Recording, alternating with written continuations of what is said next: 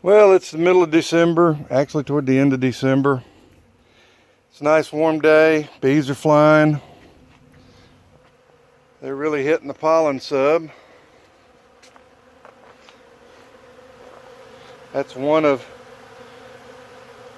2 8-frame boxes I've got set out with pollen sub.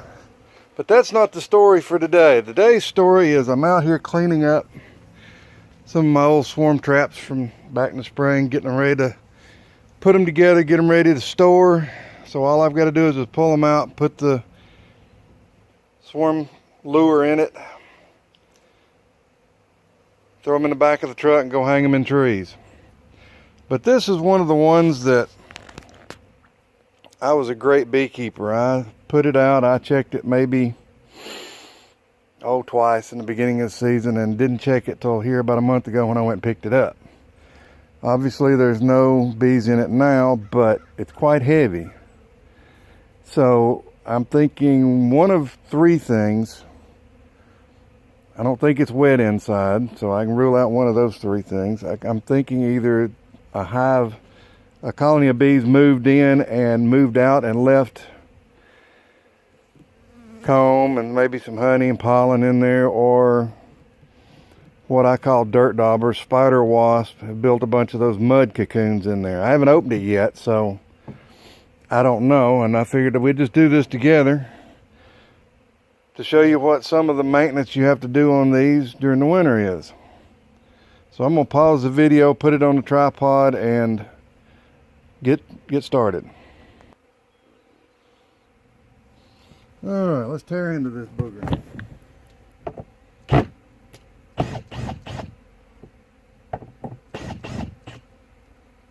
I always screw my lids to the back. I think I screwed this one to the side, actually.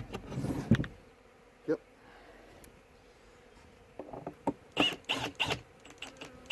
Never know when you'll have a nice windstorm in the spring around here.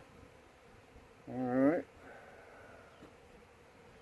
Yeah, lid's wet and mushy right here, so that means that lid needs to be replaced. A little bit of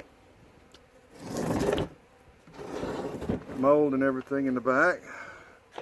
Let's get the camera up here so we can actually see what I'm seeing as I pull them out. This will be the frame that has the comb in it. Okay, so that one's hard to pull out. No, so we don't have, that right there tells me there's mud daubers in here. Yep. Right there. Oh, that one's okay. Oh, yep, that's what I figured. If you don't keep them knocked out of them, they will build a massive colony in there. Oh, hello. That's nice. Where'd that wasp go? I mean, this has been in my workshop for about a month now. Oh, there's a spider. Ooh, there's a bunch of them in there. Ooh, there's a wasp. Let's give the wasp the thump test. You can see the wax moth decided to get a hold of the frame, so that will not be usable for next year.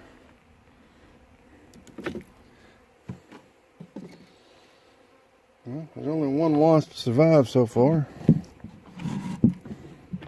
We've had a couple of roaches in there, wood roaches, and they shredded my little bag that I put where's the spider was. They shredded the bag, or the stuff I put the swarm lure on. Look at all these. There is a bunch of them in there. Well, ladies and gentlemen, oh, there's another wasp down there. I think I'll leave them alone. I'll have to clean all of that out. I'll clean all that out, scrape it out the best I can, repropylize the inside of it. Obviously, from where I've taken colonies down from 1 and 2 boxes down to or from 2 or 3 boxes down to 1 box, I'll have plenty of frames to redo this. This is the main way. Obviously, I ran out of good frames last year. I think this had a lot of drone comb on it. It did. But I'll have to use one of those combs. Like I was getting ready to say, that's the way I rotate a lot of my old 2, 3, and 4-year-old wax out. I put it in my swarm traps. I put out 30-something traps. Well, when I take a trap down, it's got a hive in it. It's still swarm season. I put it back up.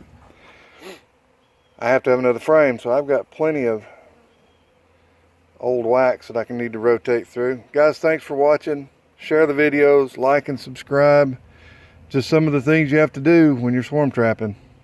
Have a great day.